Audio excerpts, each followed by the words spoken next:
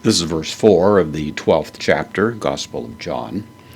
Jesus has just been anointed by Mary with a very expensive ointment. We've seen that in the preceding verse, and there is a certain reaction.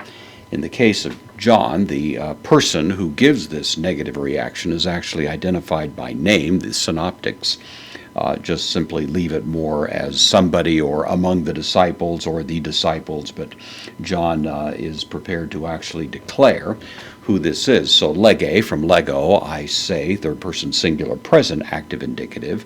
So he says, de, the postpositive, but he says, oudos, of course, Judas, the subject of the verb. So Judas says, and then ho Iskariotes, from Iscariot, presumably a town. There's been some controversy about exactly what the meaning of that phrase is, and we won't bother with it right now, but it certainly is identifying him as the one who's voicing the objection here. So Judas Iscariot says, and then John adds this rather touching additional point, which drives home the pathos of the thing. It's haste, one, tone, the genitive plural.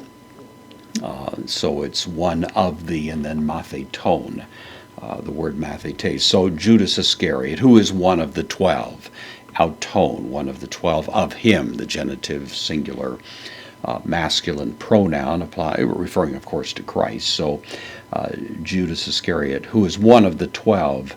And then John adds this, ho melon, the is going to. Melon is a participle, present active participle, masculine singular nominative. So the is going to, and then paradidonai. This is a present active infinitive who is going to paradidomi, to hand him over. That's the literal sense of it. It usually is translated to betray him, but literally it's to hand him over, which of course amounts to the same thing.